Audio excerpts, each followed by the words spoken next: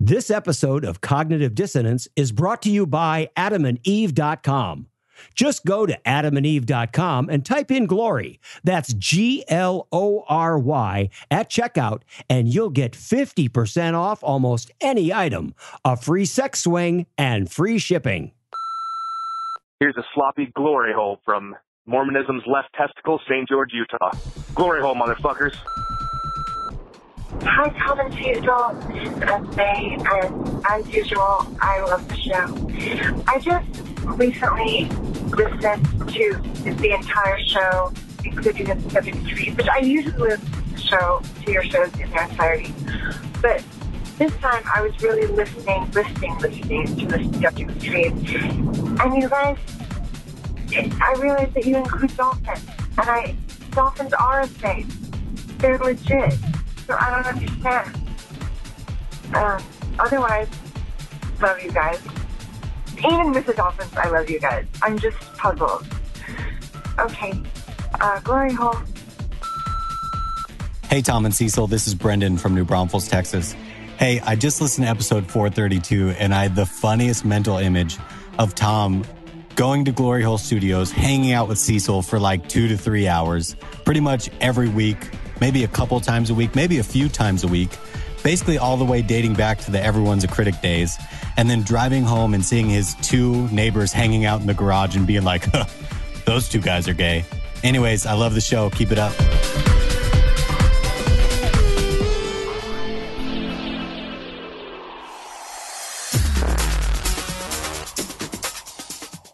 Be advised that this show is not for children, the faint of heart, or the easily offended. The explicit tag is there for a reason.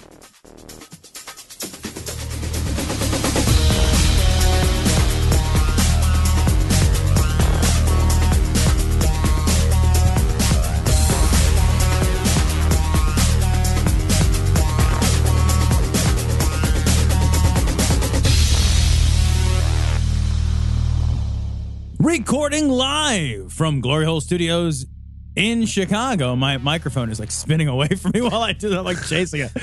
This is Cognitive Dissonance. Even it knows it's going to be bad. I know, right? It's like, you fucking calm down. Maybe don't yell into me all the time.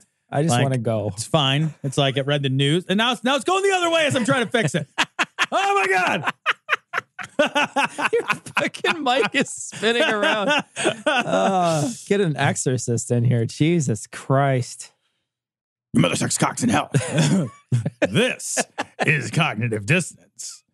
Every episode Maybe we blast anyone who gets in our way. I didn't mean your mom. Your mom's nice, man. No, she's not. She's dead. Well, okay. She was nice. I'm just saying if there's a hell, statistically, while she's likely to be there. Statistically.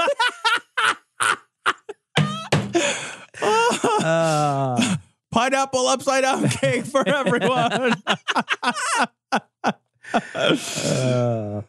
Every episode we blast anyone who gets in our way. We bring critical thinking, skepticism, and irreverence to any topic that makes the news, makes it big, or makes us mad. It's skeptical, it's political, and there is no welcome mat. This is episode 433 of Cognitive Dissonance. Thanks for relabeling the notes. You bet. Well, there was 2 episodes, and you probably only looked at the 431. At the last one. Yeah, right. So So there you go. Yeah. Yeah. I was at the restaurant the other night, and I came in and they handed me the menu, and I looked at it like, I can't read this. Right. And the guy looks at me, he's like, we have readers. Oh. And I said, what? And so he came back with reading glasses for me to look at the menu with. That's amazing. Had loaner readers at the... That's amazing. It's. I'll tell you, dining at IHOP is worth it. You wouldn't think the lighting at 5 p.m. would be so bad. I mean, like, it's not. Really? I'm just nearly blind because I'm really old. But I love the senior specials. To get the Rudy Tooty fresh and fruity. Like, what are you checking on the menu? Like, what does this come with? Fresh or fruity? Does it come with Rudy? Send them out. I want to look them over first.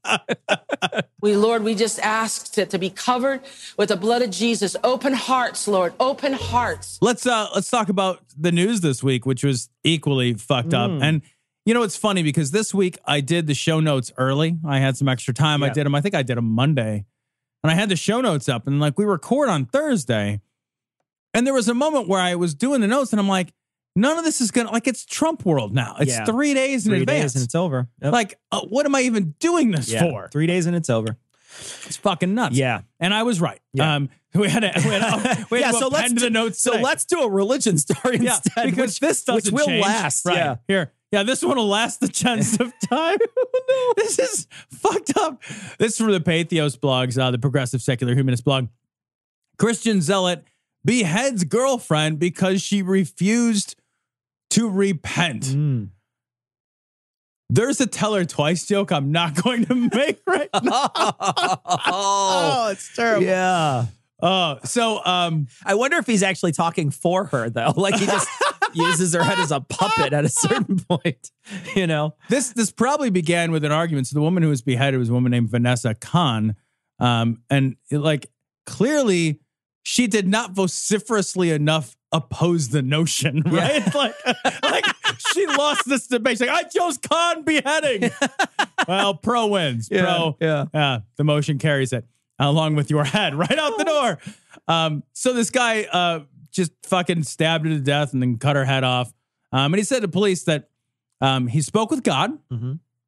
And God did not remind him of his right to remain silent when he spoke. Call a lawyer next time. You know what I mean? Like, call a lawyer. They'll tell you the right thing to do. God is just like, well, I don't know. Just tell him you did it. I love, too, like, that this is basically the Abraham story with just a slightly different ending. Yeah. You know what I mean? Goes through with it. Right. Abraham's like, no, I'm going balls deep. Right. But this is like, the Abraham story in the Christian theology is looked at as this amazing story of God, faith, right? I was I loved God so much I was going to kill my son, which is a fucking crazy thing to do or say. But like, this is the same story except for that nobody stayed his hand. Yeah, right. Right? God is just like, all right, keep going. Now do it slower. Slower. Tell me what you're doing while you do it. What are you wearing? I'm into murder. You can read my book. Jesus, he's got like a sneaky nanny cam in this guy's house. He's just like watching it. Like, even worse, though, I want to read part of this article. Making the episode even more tragic, investigators report that the couple's 3-year-old daughter witnessed the brutal death of the mother. Oh, Daddy, when is mommy's head going to wake up? She's like a Lego person. Can I have mommy's head? I want to put it in my blanket. So, remember how I couldn't have that necklace? Jesus Christ. You know what's even worse? The kid wakes up like the Godfather and the head sitting in the bed. Well, maybe if mommy had cleaned up her room, bum, bum, bum. Like, Jesus. Yeah, it says the police report that after confessing to his crimes, Hernandez told investigators he was not crazy. He stated that a crazy person would not tell the truth. This is like one of those logic puzzles, though, right? Like, always tells the truth. First you take a canoe and then you put a fox with her head in it, and then you send it across with a bag of grain, and then it comes back with a straitjacket. I think that's how the puzzle works. You know, like when I read this, like part of me wondered too if there were, and there's not, but if there were a God, you think God would be like, don't blame this shit on me. Right? The benevolent God. Right. God's just like, no. Wait the fuck on. No. That's on you. Go lay down. No. Like, shit, like this woman's like up and having like standing next to God. God's like, I don't know, man. Like, they just, everything. They win the sports ball game. I did that. They lose the sports ball game. That was me. You lose your head. That's me too. You know, I'm just up here, like listening to the golden harp music and indifferent to the suffering of others. Yeah, indifferent to the suffering or joys of the people below me. I also want to say that at the end of this article, they say that there was a $1 million bail. And I'm thinking, you know, if you're dribbling your wife's head when the cops come in, maybe we skip the bail. Maybe we're just like, no bail. I thought about that too. Yeah. It's like, well, we set the bail really high. Maybe you should have set it at infinity dollars. Because... Is there any way he could pay up the national debt with his bail? Is there a check? Yeah. He should, like, his parents like, Well, Billy, maybe he was we'll just get a home equity loan. Maybe he was just holding the head. He wouldn't actually cut it off. You got to pay $100,000 of that million, right? You got to pay 10%. Yeah. That's like fucking Stormy Daniels money. Yeah. Like that's, so like dad was like, oh, he's in jail. That is porn star fucking. Yeah. Like I could. He's scheduling his appointment. It's like, I could. You could probably fuck a lot of porn stars for $100,000. He's like counting his money. He's like, 999,998. What did he do? Cut off her half. That sounds terrible. I've been saving. I'm right there. Call me back in an hour. You won't need an hour. Remember that jar of coins? Yeah. I put her head in it. I've been putting my change in this Hinckley and Schmidt bottle for 43 years. He's moving the other heads out of the way to dig the change out of the couch.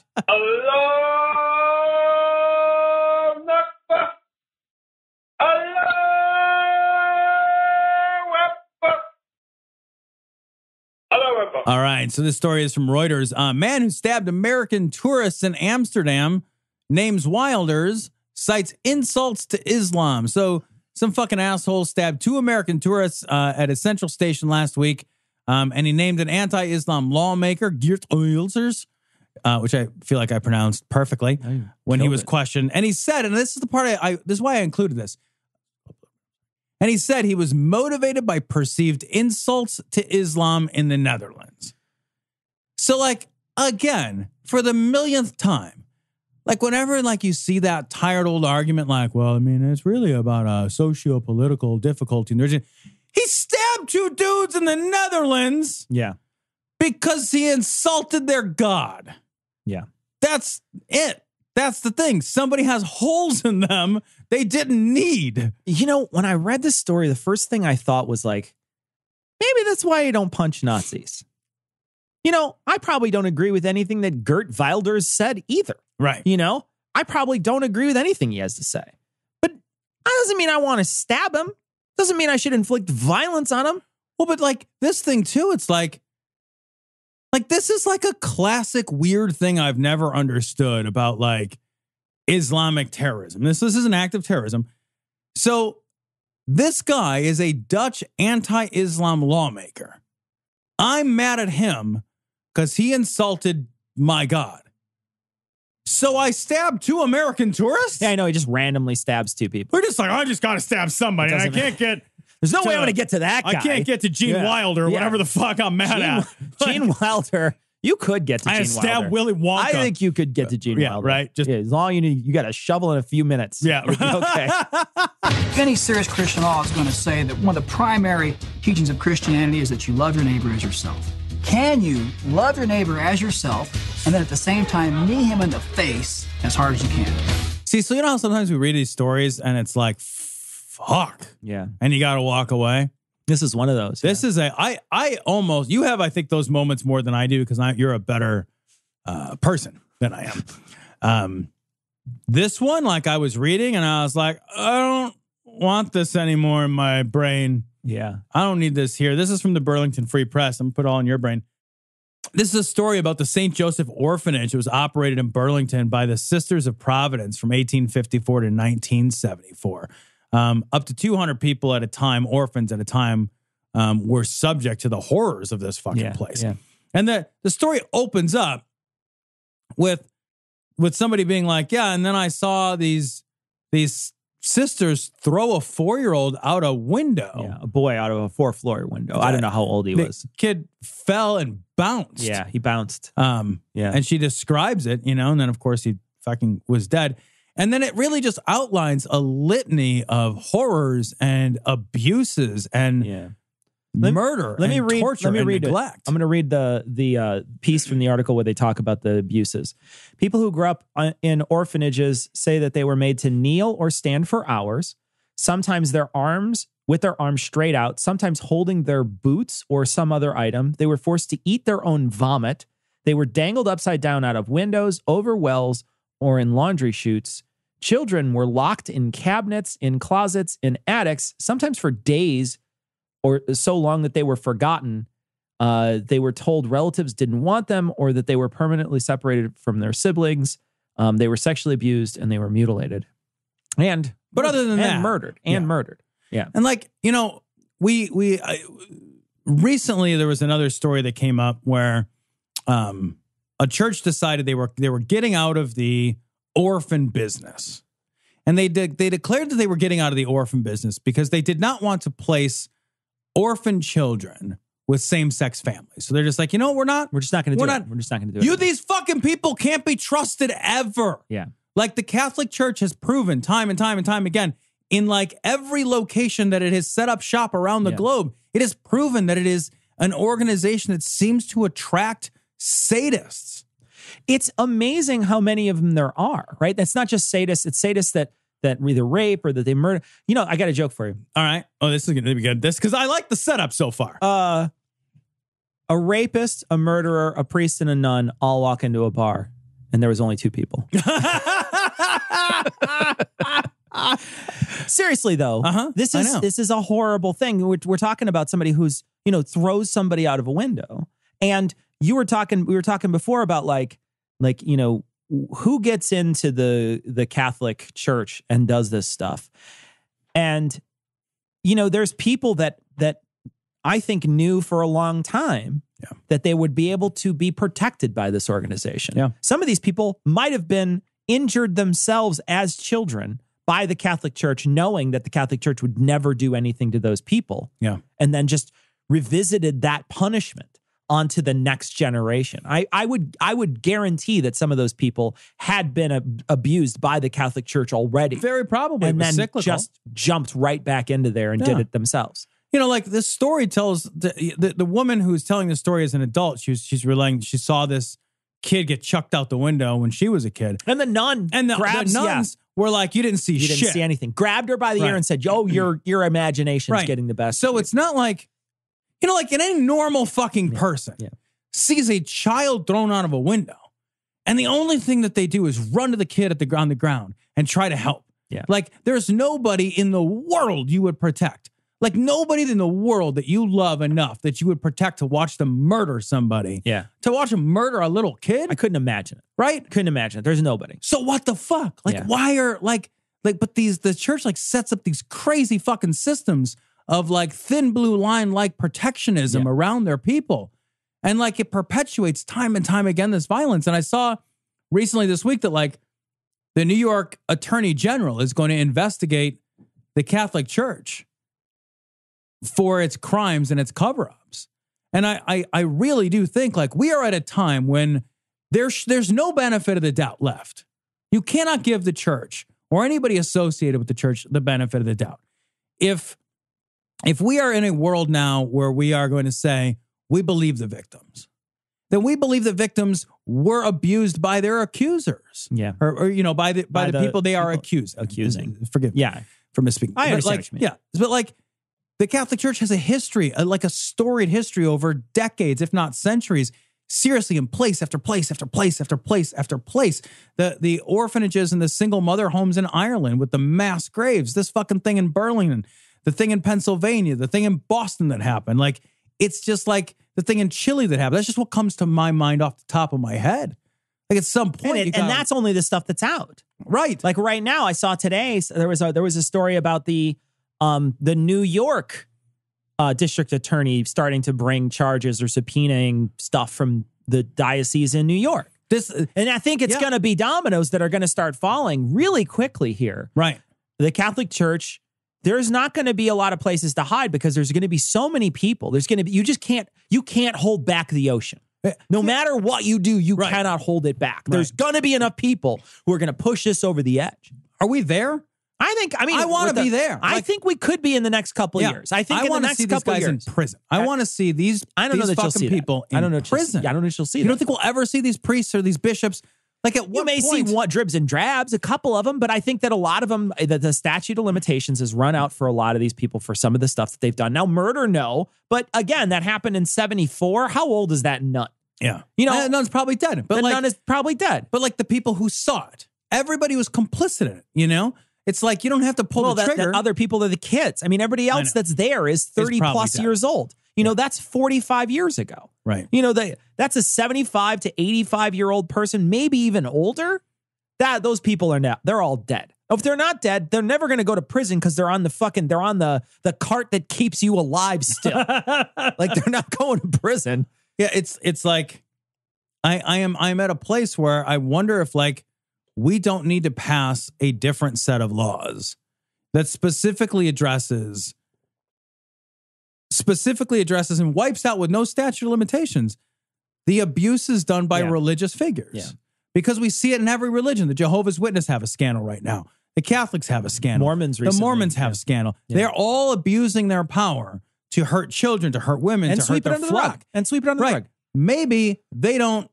Maybe not only do they not get the benefit of the doubt, maybe they get extra scrutiny because they have a history. Absolutely agree. I absolutely agree. And I remember when we had Sean, this was one of the first guests, I think the first guest we ever had on the show was Sean Faircloth. In the book he wrote, Attack of the Theocrats, was just, it outlines all these abuses, but then it also outlines the way in which we just pass our hand over. Right. We protect it. And say, you know what, just because you're a religious institution, you don't have to go through all these other, you know, rigorous training things that a private institution would do to take care of children. So these nuns and these priests, they don't have any experience with this stuff. They literally read a book real hard. Yeah. They read a book.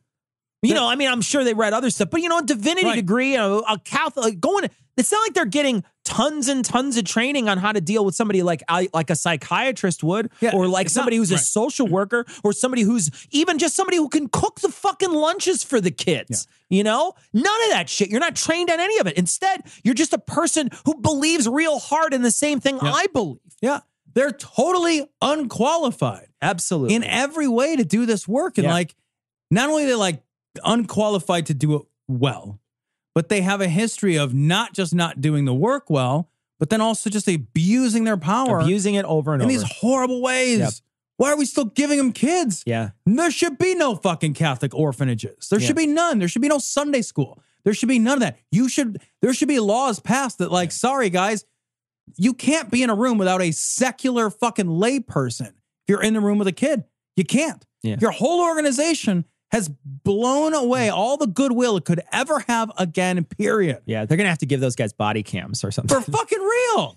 And then they're selling it on the dark web. I was going to say, they're selling the POV version on the dark web. All they've got is, Jesus I made Christ. a sex tape with Sunday school. Like, Jesus Christ.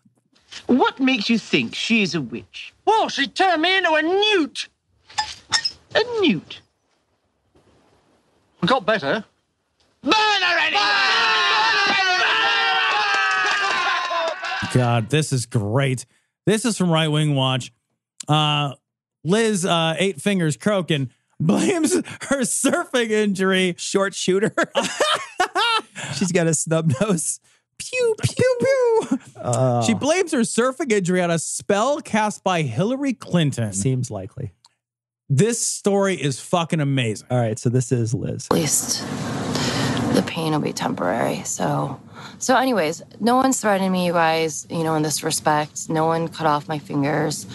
Did somebody think someone cut off your fingers? Did somebody think that out loud? That you were like kidnapped because of Q and someone cut your fingers off? Cecil, this is like one of those moments where somebody kidnaps Liz and cuts her fingers off and mails them in. They're like, send us 50 grand. You're like, you can keep Liz. Nah, it's fine. Unfortunately, it was just a freak accident. I mean, if there's anything that happened to me that's related, is that I still can't believe she lost her. Does she tell you? So in a surfing accident, like evidently she had her hands like there's a cord surfing, like there's like a cord or something, and the wave grabbed the surfboard. Oh no! And it like, cut her fingers off. Yeah. Wow, it's that powerful, huh? I guess so. That can happen? Yeah. Maybe she just had really weak fingers. Maybe she did. Maybe she had boneless fingers like her spine. Boneless fingers? She's like... Those sound delicious. Let Spirit cook some of those up. Is she from Buffalo? Let's eat some boneless buffalo fingers. Sounds amazing. Don't you kind of want... Does a little part of you wonder if like the next surfer, like 100 yards away, is just like paddling and like looks over and there's a couple of fingers bobbing in the way like... I'm going to save these. It's just like, the grouper can have them. Somebody's got like a Lucky Liz foot or something on their That has got to hurt, though, genuinely. Oh, my God, just rips your fingers right off of you. You're like a soft shell crab at that point. That these people that I expose engage in witchcraft. You know, the people like Marina Abramovic. Witchcraft. Can you point to the craft? Witchcraft. Which one? Like the people like Hillary Clinton, and for the deep state articles that are getting ready to like write like a hit piece on me right now. Well, look it up. Look it up. Do research on Hillary Clinton and Bill Clinton and their trip to Haiti and how I think it was their honeymoon. What do you mean by research? Do you mean looking it up on Google for a minute, which is how you said you did your research before? I love the story she's about to tell. And she's like going to give enough details that if you were to type that in and you didn't care where the source came from, you would certainly find a crazy story, right? But like, I just reread Macbeth. That didn't make Macbeth happen. Yeah. Right? Right. Like, just because you can, like, I read Frankenstein recently, and that did not happen. Things can be written down with words that did not happen. Yeah, there's a whole genre that's a thing. Of literature. Right. Dedicated to this. I just love this idea that it's like, well, if you can read it on the internet, then that's doing research. Oh, I'm sorry. That makes you a fucking idiot. Yeah. I am sick of this idea that, like, research, that word research has come to mean anything I read. I know. Yeah, you know? absolutely. Absolutely. Like, that's not that's not what research is. Yeah. Research is a whole fucking process. Yeah. It's a thing that you need to learn how to do, that you vet, and that you have like systems of how we come to knowledge. And those things don't change or become less valuable just because you read. I don't care how many thousands of words you read on a subject. You did no research. Yeah. There wasn't actual research done. That is not research. Yeah. It's like, you can't just read things and say you did research. You have to know how to research. That is a whole thing. That is a whole system. Mm-hmm. And like, it makes me, people use that all the time. Well, I did a lot of research. No, you didn't. You probably didn't do any. You probably didn't. Would you read 2-3 articles about a subject? Yeah. That's not research. Yeah. That's not fucking research. Yeah. Well, and the problem is that, you know, she said this in the past before where she's like, just look it up. And I've done this. People have sent me, I got into a fight with somebody on Twitter once. It wasn't really a fight. It was just more of a discussion where they were trying to say, look at the stuff that's in Podesta's home. Look at the stuff that, we're going back and forth, but they were basically saying, look at the stuff that John Podesta, or I don't know if it was that Podesta or not, has in his home, and look at the people who they hang out with. And I was like, yeah, I recognize that some of that art is really weird. Like, I get it. That art is weird and creepy and strange. But I know people who like crazy, creepy, weird, strange art. That doesn't make them bad people. It doesn't make them awful individuals. It doesn't mean anything. It's not, if you have a weird humanoid looking child thing that's sleeping that you're looking at on that's like a sculpture. That doesn't mean you fuck kids. It doesn't mean you trade in children. It just means you have a sculpture. That's the evidence we have. The evidence we have is that it's a sculpture. That's it. Yeah. It speaks to your aesthetic values. Yeah.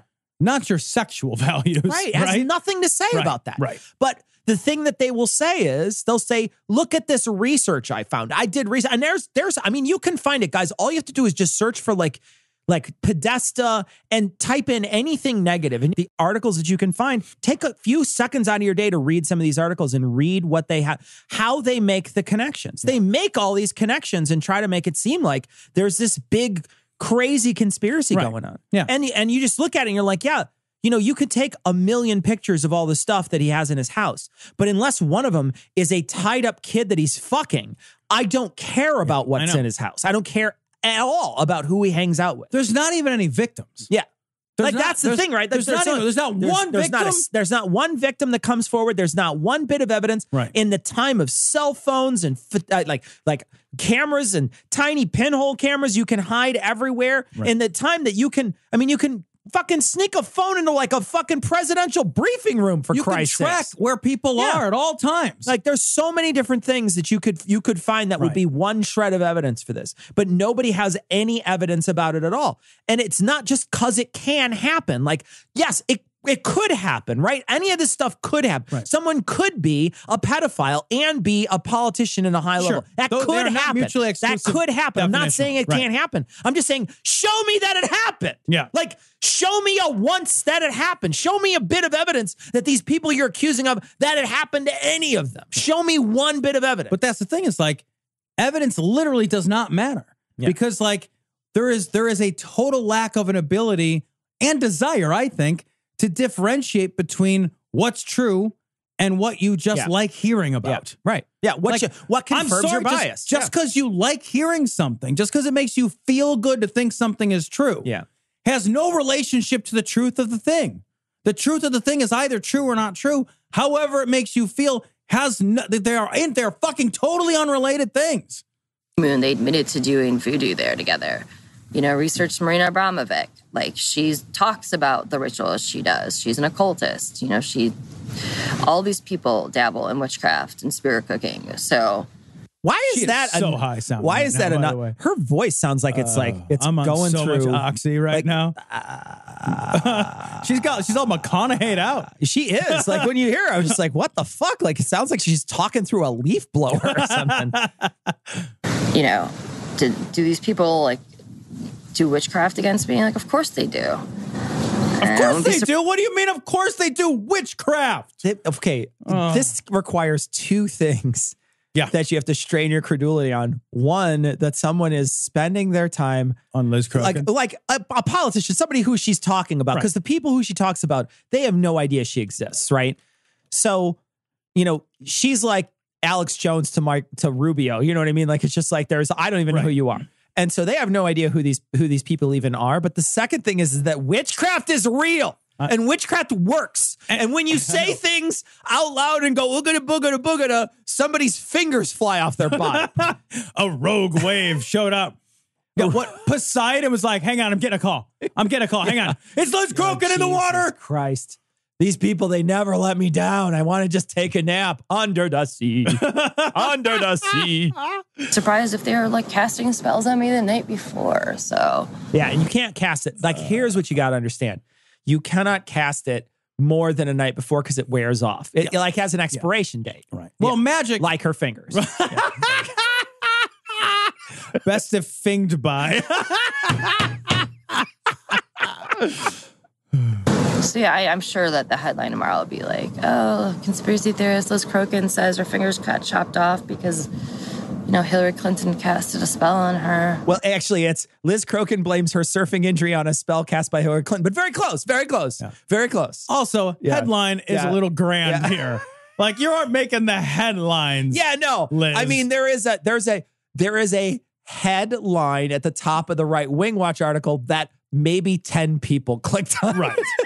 This is not like, I picked up the New York Times and the cover of the... No. It didn't have a talkie of you, Liz. Well, these people do engage in witchcraft. They do cast spells on people. I mean, Hillary Clinton went to a witches' coven in New York not too long ago, and on their own Instagram page, they identify as a witches' coven. It's like not a secret. So she is so high. She's gonna be amazing. She's gonna be in like a fucking, what do you call it? One of those Lincoln Town cars or whatever. Be like, I like driving. I just like to drive. I'm just down the road. You know me. I'm a driver. I'm just gonna go ahead and make this YouTube video. Have a glass of wine and 3 oxys. I'm gonna pop some Valium. Here we go. You know, I'll tell you what, you can take another finger if you give me a refill. My hand is making trails. I mean, not all the fingers, but some of it is making trails. Used to make more. Everybody sounds like Bill Clinton when I do it. Everybody whose voice does that always sounds like Bill Clinton, no matter what I say. It's like all Bill Clinton. She is, like, her claims are as believable as the Lucky Charms did it. You know, it's now got a magic unicorn. Probably fucking headbutted the waves with your fingers. Whatever. I love my story of a rogue barracuda jumping out of the waves and just snipping it off. Do you like to fuck? Well, the guys at Cognitive Dissonance want to help you out. It doesn't matter if you fuck yourself, someone else, or lots of someone else's. Their sponsor, Adamandeve.com, has all kinds of things to make fucking more interesting and more fun. Right now at Adamandeve.com, if you type in Glory at checkout, you get 50% off almost any item, a free sex swing, and free shipping. Adamandeve.com. Treat your genitals to a good time. This story is also from Right Wing Watch. How God confirmed the legitimacy of QAnon via a prophetic dream. Oh, okay. So there we go. All right. Look at this guy on the right. Guys, you don't even have to play the video. Just go to this story and look at this dude on the right. He looks computer generated, made of fear. He looks like something from like a bad, like late 80s Wes Craven horror movie. Yeah, he does. Yeah, that's exactly it. He's answering the door for the master. It's like a whole thing. He's answering the door and like one of those like crazy death balls flies behind him. All right, here we go. So God has been speaking to me in dreams for about 8 years. And I have a long history of God making me lose my locker combination and me showing up to first period very late in my dreams. I gotta read what it says on the screen right now. All right, let's do it. Welcome to the McFiles.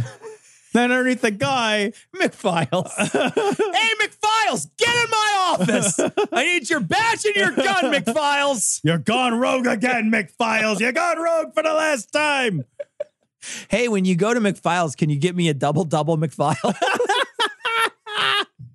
Is that like if you only fuck Irish people, you're a McFile? McFile. I love it. That's so perfect. Underneath the bald guy talking right now, it says, Dave, praying medic.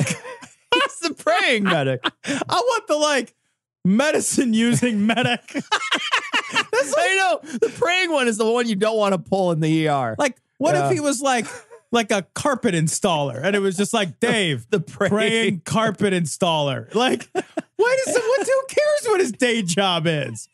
Like praying medic. What? I can't even the praying medic. Gosh, they're going to make a musical out of that guy eventually. You know it.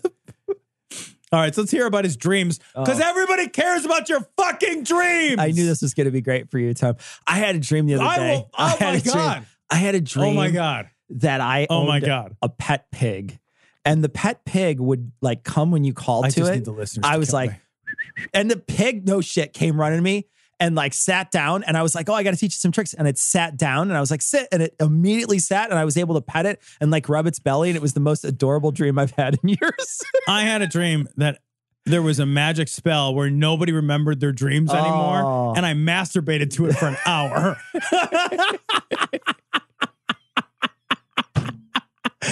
Nobody cares about the things that didn't happen while you were asleep. It must have been a dream because there's no way you masturbated for an hour. Did I say 7 minutes? It must have been a dream. Revealing to me things about the future in dreams. And I've come to rely heavily on the revelation that I receive from God in dreams. It's proven to be pretty... Well, it's either that or think about stuff real hard. So you should definitely just... like put a lot of credence in what your imagination does while your brain is dying a little. Darn accurate as long as I interpret it correctly. Think about that too. Like, it's accurate as long as post hoc way. As long as I can look at it. Yeah. Yeah. If I apply the truth to a series of random events, I can draw spurious connections that after the fact appear to have told me what I already knew happened. So God started speaking to me about Q in dreams. In December, I had a dream where a guy who looked just like James, Real Person Politics, he showed up in this dream and he was asking me questions and he was straightening out my understanding of things from the past. That was how he started out. We were sitting in a room talking and yeah, I'm bored already. Oh my God. I'm bored too. He's having a dream where he's having a conversation with somebody. I had a dream called My Dinner with Andre and nobody cared. My Dinner with Andre. He was asking me about my perception of the past and of events. And I had all kinds of wrong understandings of what things were like in the past. This guy's credulously nodding his head like people care about this. I'm just listening to this. I'm like, you have the wrong understanding about everything happening always. Yeah. You don't have to qualify with in the past. Yeah, you'll continue having it into the future. This motherfucking guy could get a time machine, move a fucking million years in both directions. He would get everything wrong always. Correcting my wrong understanding. Then we got up and we started walking, and he was asking me questions like, you remember this person and you remember that person, and you recall this event. How are those two people related to this event? And then he went on, do you remember this person and that person and this event? Who fucking cares? Oh my God. Holy shit. I'm with Tom now. Okay, how are they related? Why is that relevant? And as he was talking to me, I was like, dang, he sounds just like you. At that point, I was like, I had heard this over and over again. Why is this relevant? Who are these people? How's this connected? Right? So at the end of the dream, this guy turned to me and he said, do you understand that this is primarily about the children? That was the end of the dream. Wow. That's the problem with just like having no system for how you come to know whether things are real. Yeah. If you're just like, well, I don't know. I mean, like, it's all relative, right? Like, that's and that's what, like, we talked about this before, like, makes me nuts. It's like, that's the ultimate postmodern shit where it's like, where truth isn't fixed, where it's all relative to an interpretive understanding. Like, that is an ultimately postmodern concept. And these same guys that push back against postmodernism in the liberal arts, in the liberal arts, in the intellectual sense where it's rigorous and difficult and they don't get it. Yeah. They'll push back against that. Yeah. But like when it comes to using the worst, cheapest, dumbest parts of postmodernism, they're like, that's my system. Yeah. That's how I get to it. It's funny because if you look at how they come about understanding whether or not where they get all this stuff from Q, where Q gets all that stuff is from the Podesta emails, right? And the Podesta emails, there's nothing in those. Right. We talked about this. We looked at some of those emails. Yeah. There's nothing in them. And the reason why there's nothing in them is because they're banal garbage emails back and forth. And I know that there are people, and again, I got into an argument on Twitter about this where someone was like, yeah, but it could happen. Like, it could be that someone's using code. And I'm like, yeah, absolutely. It could be that someone's using code. Prove to me they're using code and not actually talking about a case of hot dogs. Right. Like, prove to me that, just because somebody on the internet made it up doesn't mean that they are using that particular code. Prove to me that they use that code. Yeah. Show to me that they somehow use that code other than, well, it's code, so therefore it is. Mm-hmm. Well, but anything could be a code. You could say orange is a code for something. Well, if that's the case, every time you use orange, are you using it in the context of that code? That's the problem, is like redefining your terms so that one thing now just means a different thing gives you ultimate control over the narrative. So whatever you wanted the narrative to be is just change. You literally rewrite it by taking words and making them into other words. Yeah, you basically you're turning it into it's an Ovaltine decoder ring. Yeah, that you get to write the code for and constantly change it or add to it. Yeah. Like I listen to this shit, I feel like a fucking crazy person. Yeah. It's like, this is not even as interesting as the man cow black helicopter bullshit. Yeah. Right. You know what I mean? Yeah. Like, that stuff was like, oh, that's a silly fantasy world. It doesn't really exist, but meh. Like, this is the worst.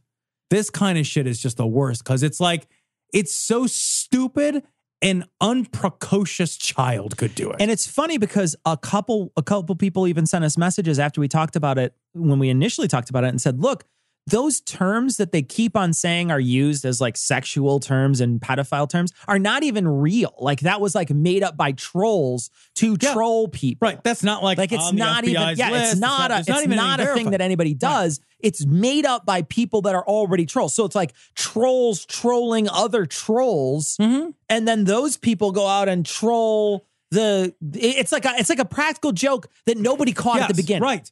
Everybody is lying to you when you're stupid. Yeah. Right? That's just true. If you're a stupid person that just goes online and cannot figure out how to decide what's true or not true, what's real, everybody wants to lie to you. Yeah. Because it's fucking funny. Yeah. That's why they do it. They do it because it's fucking funny. Or nobody is trying to help you. Or it makes them money. Right. I mean, like in the cases of a lot of these people, they have shows now based on this thing. Right. They have shows that make money based on this thing. So they're going to lie to you for that. Just to keep you there. Right. Donald Trump often appears on Fox, which is ironic because a fox often appears on Donald Trump's head. This story from the New York Times. Anonymous op-ed in New York Times causes a stir online and in the White House. So this is in reference to an op-ed. Now, I do want to point out that the New York Times very rarely publishes anonymous op-eds. They frown even more heavily on publishing anonymous sources for journalistic material. For editorials, they have done it in the past a handful of times, specifically about an immigrant one time who wrote an article about what their experience as an immigrant was like and the abuses they suffered. They were concerned about exposing themselves. There was another one I can't recall. These are years and years apart, though. Like the New York Times does not allow this typically. Yeah. They did allow this. They said they verified that this is a senior White House official that wrote an op-ed in the New York Times basically saying, look, the Trump administration has done some good things, but purely by accident.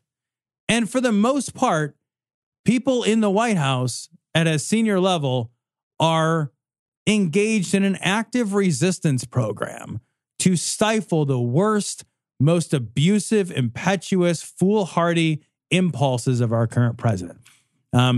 There's a book coming out by Bob Woodward, which sounds very, very similar, which details top aides taking papers off his desk so he doesn't read them and make decisions on those documents. Like they're hiding decisions from him so he can't make the wrong one. And they're hiding information from him because they don't believe he can be trusted to have it. Didn't he call someone? He called up like one of the Armed Services Division trying to see if they can maybe like assassinate Assad. He is fucking crazy. And they're just like, no, we can't do that. People coming out of General Mattis coming out of a briefing and conversations exasperatedly says he has the understanding of a 5th or 6th grader. Like all of this stuff. But Mathis also allegedly rolled all that back. Oh, I didn't know that. Yeah, like let me see if that's in there. Let me just call the tweets. Oh, okay, yeah. All right, so this is worth reading out loud. So, in the book published by Woodward, Woodward claims that General Mattis had some pretty aggressive shit to say, saying that the president had an understanding of a 5th or 6th grader.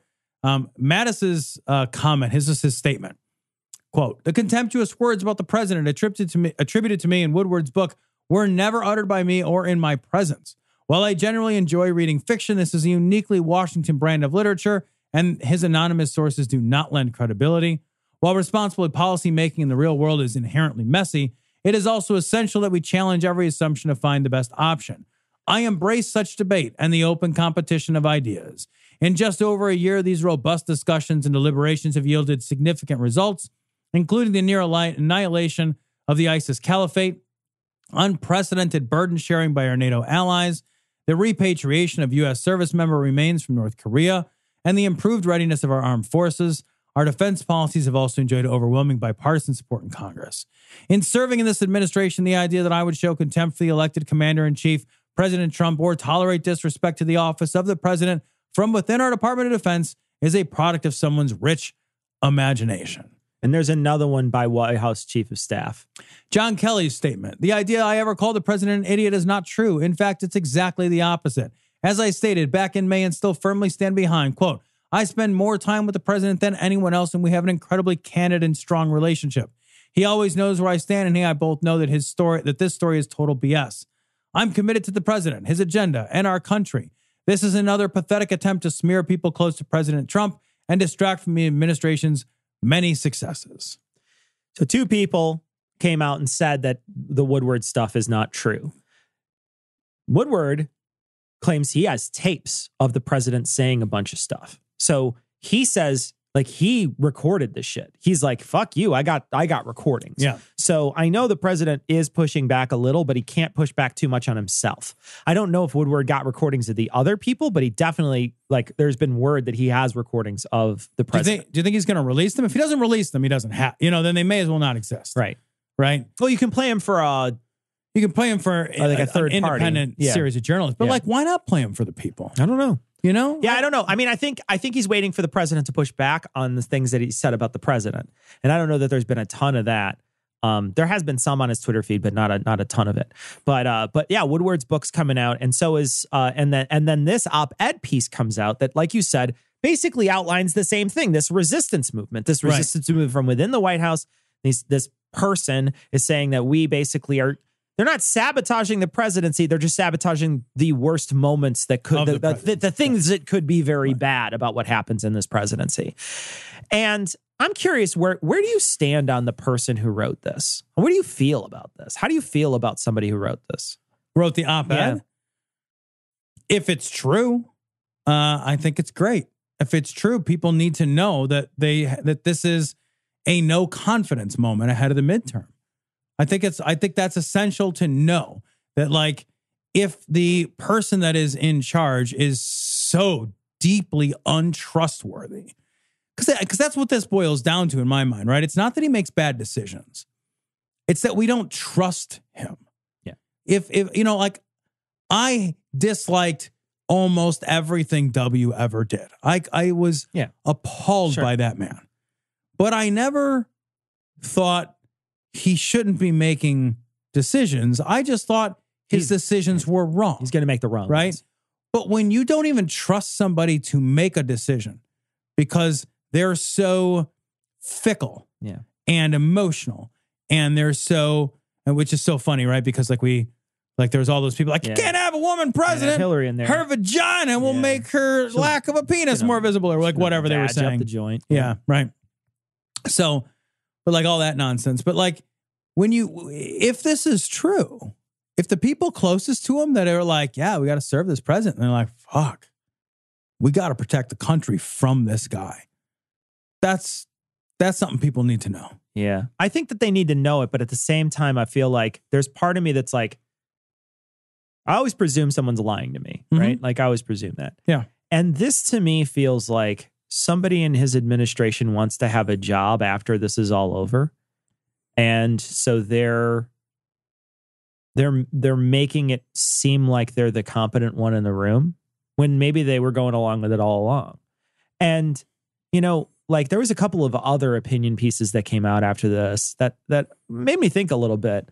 One of them was from Esquire, where the guy was just like, fucking quit, man. You fucking coward. Like, you're a coward. You're behind the scenes, but you don't stand up to this guy publicly and let everybody know what kind of an awful person you are. And you're supposed to be a senior administrator. Like, think how much weight your message could carry. But instead, you're just like, yeah, I'm going to hide behind all that and say nothing and say what, like write this stuff out. And the other thing I was thinking too is, I wonder, it makes sense. And I mean, this is conspiracy theorist, I guess, but like part of me wonders if Pence wrote this. And I've read that. I've heard the reason why I think this, and I don't know that I've read anybody else's analysis on why they think Pence read it. I think I did see someone today said that the language sounds like something Pence would make. And the other thing that Pence would, there's a part of this where they talk about ethics and finding in sort of a way like there's a throwaway comment in there to God, but it's not to God. It doesn't say God, but it makes it seem like he's saying, like that some of us in this office have a grounding in morality that he doesn't have when they're talking about him being immoral. And so there's that grounding in morality sort of alludes to religion in some ways. But I wonder, there's part of me that wonders if he can see the writing on the wall, because we're seeing all these stories about the blue wave. There's going to be supposedly a blue wave that's coming. And there's a possibility that Trump, maybe gets impeached, especially if how the Mueller investigation goes. And, as people flip more and more, there's a possibility that he could get impeached. So if he gets impeached, the guy who takes over for him is going to be Pence. Yeah. And if he can paint himself for the next couple of years as a guy who's not nearly as crazy, as a guy whose administration he was thwarting from the inside. He could win a lot of those middle of the road voters by saying, "Oh, well, we always had this." At what point would he need to let people know? I think after everything's over, he would say, "Okay, you can let people know it was me." I think after all this is after things, because it's the safest way for him to condemn a presidency that he then and to take credit, and that he then wants to take over and say he's going in a different direction. This would be the safest. This would be the safest way to create that distance. But then, if there is no distance that needs to be created, he's still safe there. Yeah. So it's a real cover your ass sort of memo that's what makes me, but I'm always thinking like that they're scheming against me. So I don't ever, I'm like a fucking paranoid idiot, but I'm not as bad as a QAnon guy, but I think, it's not that I think that there's any merit to that. I'm just saying there's a possibility it could be, I don't know who it is. Yeah. I'm not making any claims to know who I know it you're is. not saying it is Pence. Yeah. You're just saying that there is, if it is Pence, that is a makes logical sense, angle. right? It makes sense that it could be if it is Pence. Could be witchcraft. It could be Clintonian witchcraft. Some people said that they questioned a couple of people on the Hill about it, and people have said no. But of course, the person's going to say no while Trump is still in power. Right. I think that the real play is you see what happens after everything, where the chips fall. But supposedly he's been in an absolute rampage over this for the past couple of days. He's calling it treasonous, and he's posting to he's saying it's treasonous. But it's not fucking treasonous. It doesn't even know what that word means. But it makes me crazy. But it just he's a stupid man. Yeah, he's just not a smart person. What strikes me though is with the op-ed, with the Woodward book, and with the Fire and Fury book, they all have problems, right? They all have problems, but they all have the same threads that run through. They say the same stuff. It's the same story, the same narrative. We read Fire and Fury. You read Fire and Fury. Yeah. I read several articles about the upcoming Woodward book that make it sound very, very, very, very similar. Yeah. In terms of what is actually going on inside the White House. Yeah. And it is you combine that with the fact that our president has unilateral nuclear strike capability authority. He does not have to get authority from Congress. He does not have to get authority from his generals. That is a well, it's because you have to send that shit right away. That is a unilateral power that the president has. Yeah. And this guy is fucking off his rocker. That is a scary thing. Yeah. I'm Raymond Massey, and I have a special message for senior citizens. Today's doctors, drugs, and medical devices truly work medical miracles for young and old alike. But there are some as phony as a $3 bill. Investigate before you invest in health services or products. Help stamp out quackery. So this story comes from Bloomberg.com. Gwyneth Paltrow's Goop pays $145,000 over Jade Vaginal-Egg claims. Vaginal-Egg claims. So if you guys will recall, on the Goop website, they said, hey, stick this egg up your twat. Yeah. Now, there were 3 different twat egg options. Mm-hmm. There was a jade egg. There was a rose quartz egg. And then there was an Inner Judge, which I want to talk about. Inner Judge flower essence blend. Who wants to stick anything judgy near their genitals? I don't know. I'd probably fuck a gavel. Kavanaugh's not getting fucked. You take Inner Judge. It's you can insert the egg up there and just hear it's a little dry up here. You should douche more often. Yeah. I think you're a little off balance, if you know what I mean. We're out of eggs. Inner Judge. There's just one egg left. There's just one. And you got to oviposit it somewhere. That'd be like a Judge Judy brand of condoms. Just Inner Judge. Just a frowning, fucking disappointing old lady face on the head of your cock. What? That's just normal. What are you talking about? The good thing is that there's some sort of action against this company, right? Like this is a good news. Drop in a bucket. Yeah, it's a drop in the bucket. Admittedly, a drop in the bucket, but it's at least good news that there's something being done, right? And they've taken steps recently to like supposedly not make as many claims and hire a person who's sort of supposed to rein them in a little and make so they're stepping in the right direction and not being as wooey and as crazy as they used to be. Now they just sell vibrators that hang around your neck for $500 or whatever. It's a sneaky vibrator. It's not a sneaky vibrator. It looks like you have a gold dick around your neck. Like it literally doesn't look it doesn't look like anything but a gold dick. It looks like a gold dick. Why is it got to be veiny like that? Like, that's weird. not even. And what is it? Why does it squirt? Like what is coming out of the end there? Yeah. You want answers? I think I'm entitled. You want answers? I want the truth. You can't handle the truth. I love this. This is from The Guardian. There's a video. We're going to play it. This is Mark Rubio and Alex Jones. Get into it a little bit. Yeah. Let me play the video. Google, does Facebook, does That's why you didn't get elected. Do they need to be regulated like do they need to be? Okay, so let me describe the scene.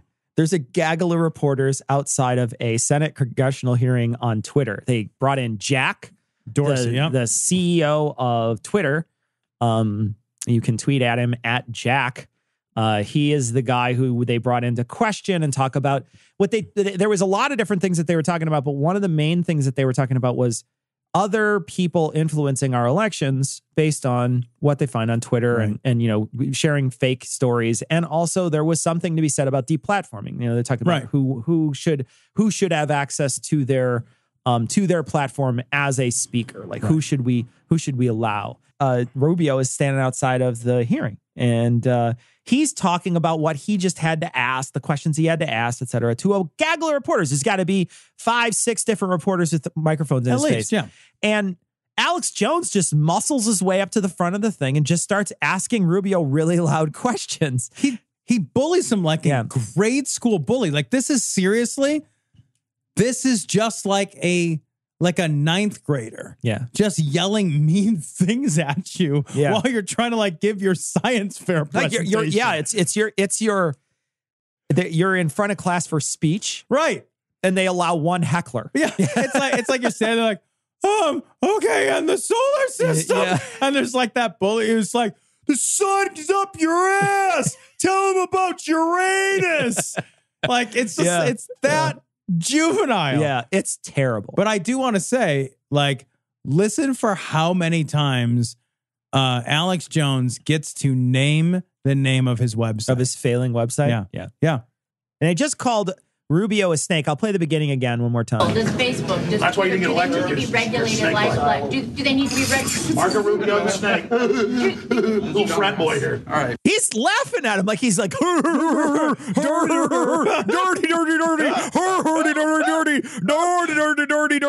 It's just he's how literally fucking juvenile is that? It's amazing. Calling him names. When was the last time you hardy-dortied somebody? Like what? Like seriously, like I think possibly 7th grade was the last time I thought I should hardy-dorty this person. When somebody laughs at me, like I don't consider it the height of witty retort to be like, like, I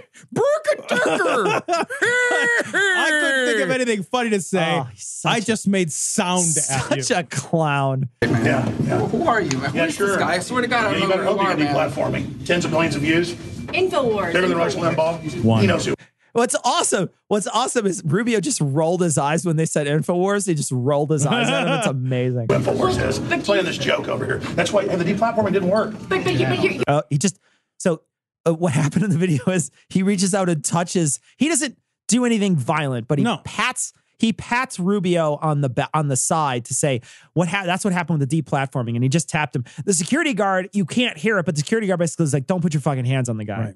Here's the question. Here's a question. Hey, don't touch me again, man. I'm asking you not to touch me. Well, sure, I just patted you nicely. I know, but I don't want to be. I don't know. You want me to get arrested? I don't know who you are. It's not just going to take my First Amendment. Man. It's not just enough to take my First Amendment. Oh, he'll beat me up. I didn't say that. I know I am, but he's so mad. You're not going to silence me. You're not going to silence America. But there are people. You are literally like a little gangster thug. There are people in this country. Rubio just threatened to physically take care of me. Look at him. He's just controlling the how Alex Jones can walk in and just control not only a senator in the United States, but a fucking entire gaggle of reporters. Yeah. He has this. I want to say, like, this is a master class in using the media system to promote his brand. Yeah, that's exactly all it. Yeah. that he's doing right now. Like, and it's amazing. He doesn't have to believe any of this. And like, Rubio has no answer. Yeah. Like, Rubio has no answer for Alex Jones at all, because he's in an impossible position. He's got this yelling goofball buffoon who, if he doesn't engage, will just yell over the top of him. Yeah. Because he has no constraints around being polite or having real discourse or, being a gentleman. None of that matters to him. So Rubio can't take the high ground.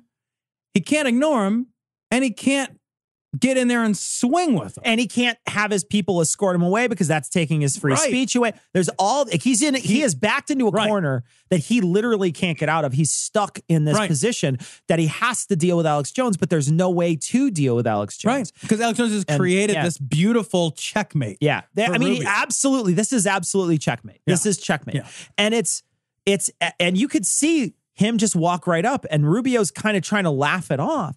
But Rubio can't laugh it off because now he's being physical with him, and he's like, don't touch me. You can't put your hands on me. But like, he spins that. Yeah, he even spins that comment. He spins that, changes it to Mark Rubio's going to beat me up. He threatened to beat me up. Yeah. In the very moment that it happens, he changes the narrative in front of our eyes. I admittedly, though, I don't think that Rubio should have said, I'll take care of it myself. I think that was a mistake. I think that was a very bad misplay on Rubio's part. I agree with you. That was a stupid thing to say. He's literally got a security guard behind him. That's not your job to take care of anybody. Like, you're a senator. There's a guy, the Secret Service is right behind you. He will not put his hand on you again. Right. That's not going to happen. So just ignore it. Just be like, don't. You can say, don't touch him. But like, but he's hot. He's mad. He's hot about it. He's mad. And the thing is, like, I want to give points where they're due.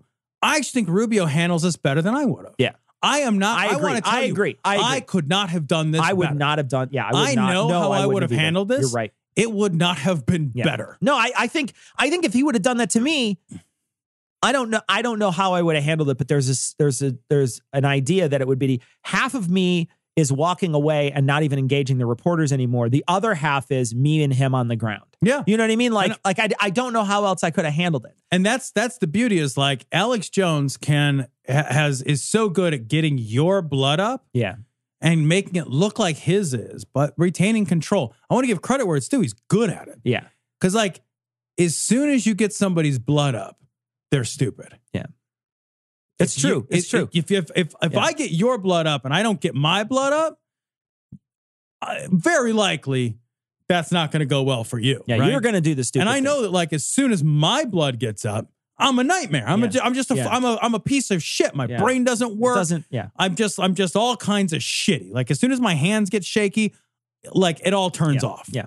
Yeah. The blood has stopped doing the things it needs to do with the brain and started powering other things. Yeah. It's like it's other systems are engaged. Yeah, exactly. Yeah. Right. Yeah. There are people who feel that they're being we already got rid of our First Amendment. Silenced. They feel like he tells you China's the problem, which it is, but they're taking our free speech right now. Social media. So somebody's trying to ask him a question, and they can't because he's still talking. And the part of this is that, you know, the Guardian is there recording this, and the Guardian is there putting this tape out. He's standing right in front of the Guardian. Like, so the person who's recording it for the Guardian, if I'm presuming that this is the Guardian's video, he's basically controlling the narrative for whoever reads the Guardian, because I can't understand what the woman's saying. No, all I can understand is what Alex Jones is. This whole conversation is now Alex Jones's. Media platforms, Facebook, there goes Rubio. Twitter. Do you believe that these platforms need to be regulated like a public utility, and how do you go about doing that? Well, I prefer not to. I prefer competition to take care of that. But obviously, we're going to watch closely to make sure that these tools that are being used, I mean, one thing is to say we're going to go after foreign interference designed to so and so. But it's already going on here. Another thing is to the say Democrats we're are going to raping go after the Republicans. Speech. Because at some point, someone has to make a determination. What's the difference between, Yeah, he did. He dropped it. Yeah. Misinformation from abroad and differences of opinion within the United States. And that's happening it's a very here. fine line, and that's something we need to be careful about. We don't overreach in that direction. But then he doesn't know about InfoWars being banned. Again. Yeah. About the top news story in the country. About how they, not just how they apply that within the United States, but they don't become agents of authoritarian regimes abroad to crack down on free speech. Because I wonder why Rubio got so mad at me and threatened me there's physically. a balance between what is free speach and what people disagree on. Okay. Poor Rubio. I'm sorry, we got to get. Yeah, man, I got to go to the committee. Exactly. You guys can talk to this clown. Oh yeah, look at this little frat boy, so cool. Go back to your bathhouse. Compromise at the bathhouses. There goes Rubio, little punk. Anyways, you gotta and love now people. He tries to hold a press conference himself. Yeah. And it's funny because like this part he fails. Yeah. He stands where Rubio was standing, and he's going to try to talk to the reporters, and they just walk and away. the reporters are just like, Yeah. we're not. We're shutting this down. This They is don't care. you're a So this is the goofball. last 10 seconds of this. They're going to do that. There goes Rubio, little punk.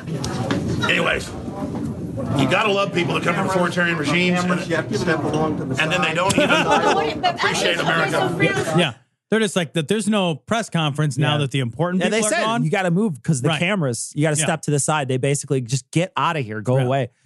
You're right. I think he's going to get a ton of publicity for this, and he's getting it. He's getting it on all these different channels.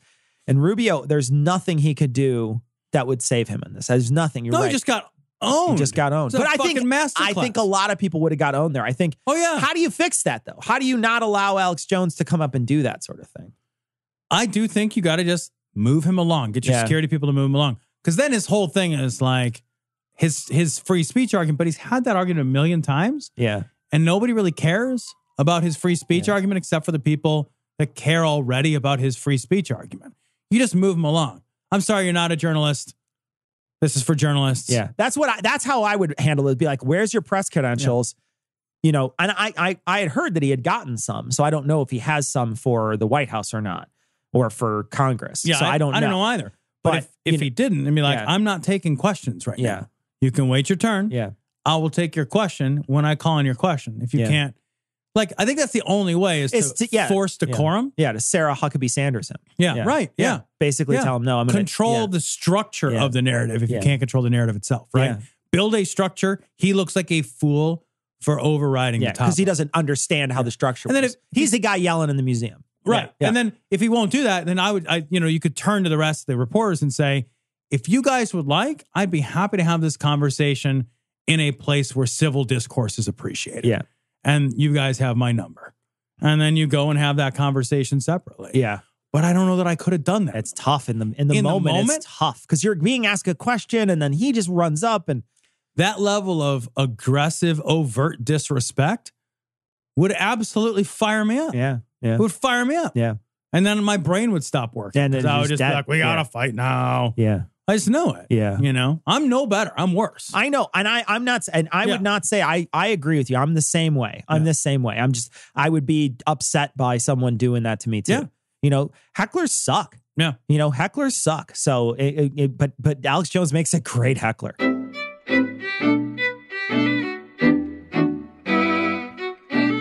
So we'd like to thank our patrons. Of course, we'd like to thank all our patrons. We'd like to thank our most recent patrons, which we will do next time. They didn't get updated on the notes. So sorry about that. We are not forgetting about you. Next time we will get you. So in 2 weeks, listen for your name. We want to thank everybody who donates to the show. Thank you so much for your generous donations. Thank you. I want to cover a little bit of email. We get a bunch of requests to be on other shows. We got several this week. And sometimes the shows will have no episodes or an episode or a couple episodes, and they ask us to come on the show. We're more than happy to join people on their show, and we do fulfill a lot of interview requests all the time. But one of the things that we decided to do, and we had to institute this policy after we had gotten burned by someone who had a podcast that they only had a couple episodes for, and they asked us to read sort of an advertisement for their podcast, and we did. And then they were kind of shitty about us reading it because I guess we didn't read it right. And then they shut the podcast down the very next week. Right. So what we decided to do then was we were like, we're dedicated to this hobby. We do this hobby all the time. Mm-hmm. If you're dedicated to this hobby, we'll know you're dedicated after you've done it for a year or so. So if you've done it for a year and you've logged, 50 episodes or so, and you're dedicated to the hobby, let us know, give us a message, and we're happy to come on. But if people are just starting out, we want to make sure that you're just as dedicated as we are before we go on the show. Right. We got a message from Sophia, and Sophia sent us an image, and these are American-style mannequins in Japan, it says, from a ifunny.com image. Now, these are not, this is one of the images is of Gary. It's just he's in a different pose. And there's a family of mannequins that look very similar to Gary with all their mouths open. But we've seen many of these before, but we'll post it on this week's show notes just so you can see what the other mannequins look like. We got Gary in an auction, a single auction a long time ago, but we know that Gary has other mannequins that look like him, which are just as terrifying. The little girl one is scary. Oh my as shit. God, yeah. Tom, we got a message. This one's from Jason. He wants to talk to us about how he thinks that felons should maybe vote while they're in prison. Yeah, it says, why should you lose your right for representation if you're a felon? Granted, they may not be good people if guilty, but why would we want people put in jail and then unable to speak on the rules that put them there? Marijuana charge? Oh, look, marijuana legalization is on the ballot. Sorry, you can't vote on it. Enjoy more prison time. Kind of removes the ability to speak to your government on whatever charges there may be, and is absolutely taxation without representation. I think there's an interesting point that he makes, like, why that right? They don't lose all of them. Yeah. So why should they? I don't know. I need to think about that more. Jason, I think that's an interesting email. I appreciate it. I will think about that. I want to talk too about the prison episode. One thing that we mentioned when we were talking about Anders Breivik, and a bunch of people we got a correction messaged us and said he will never get out. Yeah, he's never going to get out because of the way they have their system there. They say it's 21 years, but it's not actually. They come up every 5 years for parole, but they don't ever foresee him exiting prison.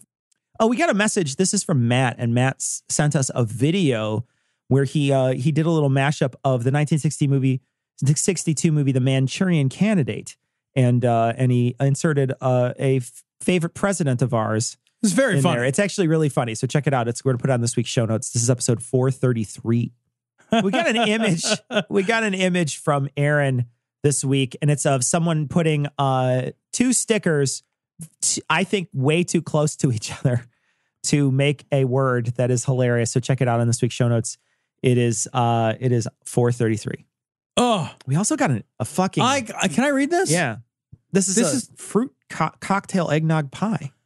Make it with Knox gelatin, gourmet fruit cocktail, your Dairy's prepared eggnog, and Betty Crocker homogenized pie crust mix. Oh, you're basically making a panna cotta out of the eggnog, Tom. You're taking the gelatin. You're making thickening it out. You're basically making milk Jell-O, and then you're putting that. That's what panna cotta is. Yeah, and eggnog, milk Jell-O with fucking fruit cocktail in it. I cannot imagine eating this. What set of circumstances? There really is.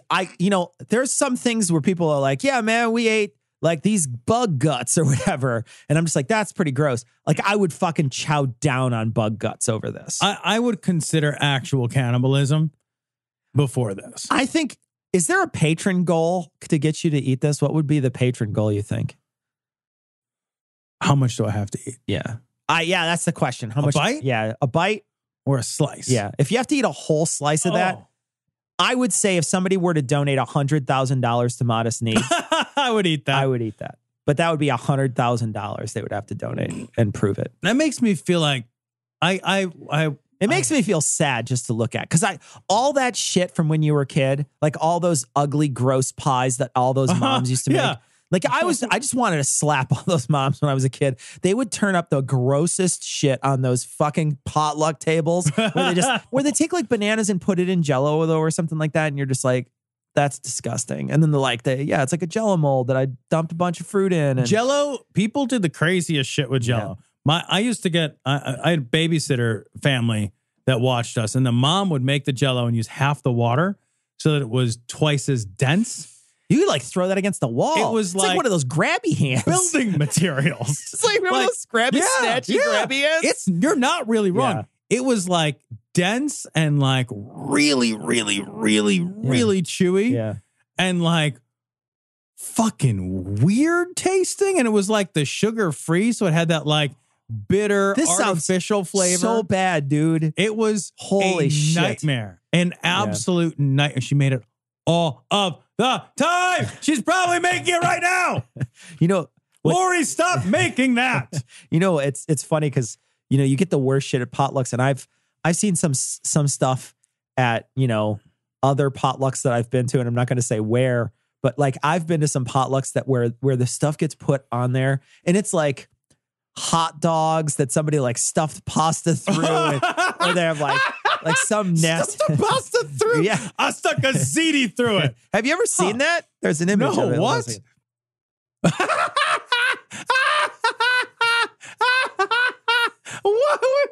What the fuck is that? Why would you do that? What is that? Why would you do like that with bugs. your food?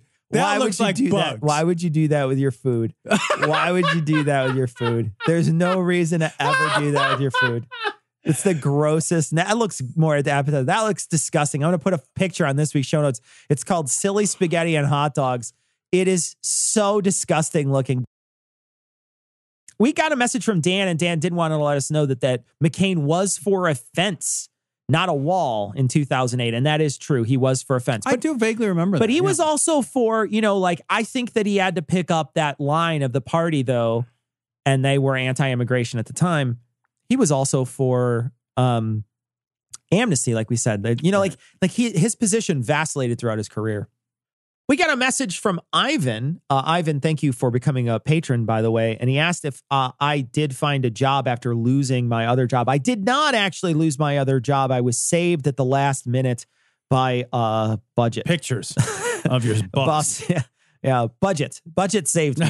Also, being someone who they can't lose because I do too much stuff is another reason why they couldn't lose me. I told you I wasn't going to fire you. Yeah. So I still have my job, although higher ed itself is in a precarious position over the next couple of years. There's no guarantees that I'll have my job in a couple of years anyway, because higher ed is in a major state of flux right now. All right, well, that's going to wrap it up for this week. We are going to leave you, like we always do, with the Skeptic's Creed. Credulity is not a virtue. It's fortune cookie cutter, mommy issue, hypno-Babylon bullshit. Couched in scientician, double bubble, toil and trouble, pseudo quasi alternative, acupunctuating, pressurized, stereogram, pyramidal, free energy healing, watered downward spiral, brain deadpan sales pitch, late night info docutainment.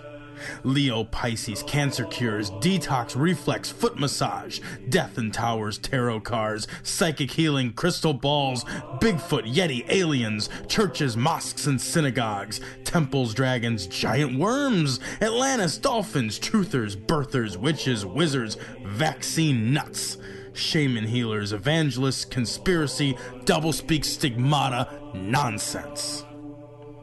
Expose your sides. Thrust your hands, bloody, evidential, conclusive. Doubt even this.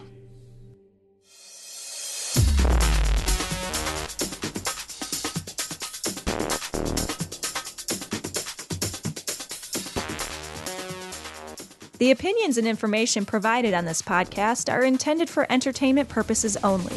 All opinions are solely that of Glory Hole Studios, LLC.